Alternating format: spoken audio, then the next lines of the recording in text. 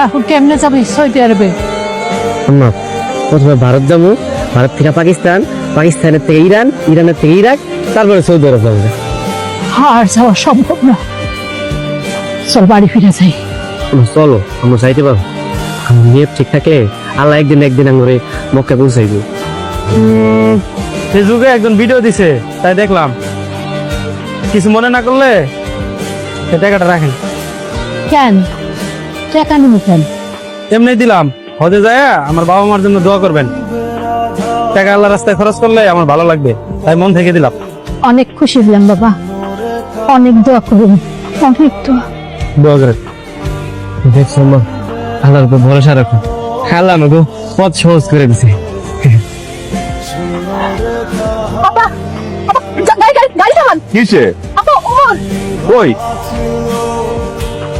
এই থামো তো। কি ব্যাপার, তোমরা এই পর্যন্ত চলে আসছো? জি চাচা, অনেক কষ্ট করে এই পর্যন্ত আসছি, আমার খুব ভালো লাগতেছে।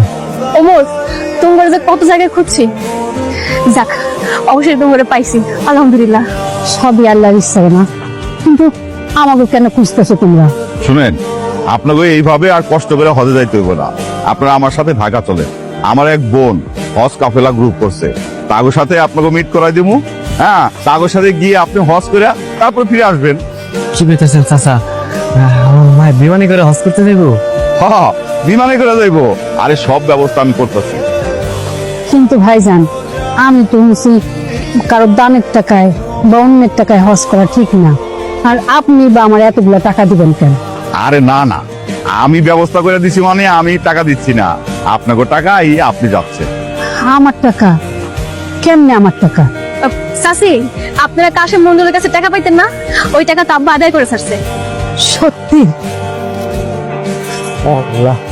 আল্লাহ তোমার দরবারে লাখ লাখ শুকরিয়া। আমি চলেন, ধীরে যেতেছে, আসেন। আসেন চাচি। মা, তুমি রোদ বৃষ্টিতে অনেক কষ্ট করছো, আল্লাহ আল্লাহ আমাকে ডাক শুনছে, তুমি আরামে বিমানে করে হজ করতে যাইতে পারবা। আরে বাপ, তুই বেশি কষ্ট করছিস, তোর কষ্ট যে আমি সহ্য করতে পারি নাই, এই জন্য আল্লাহ আমার ডাক শুনছে। আচ্ছা মা, তুমি যাও।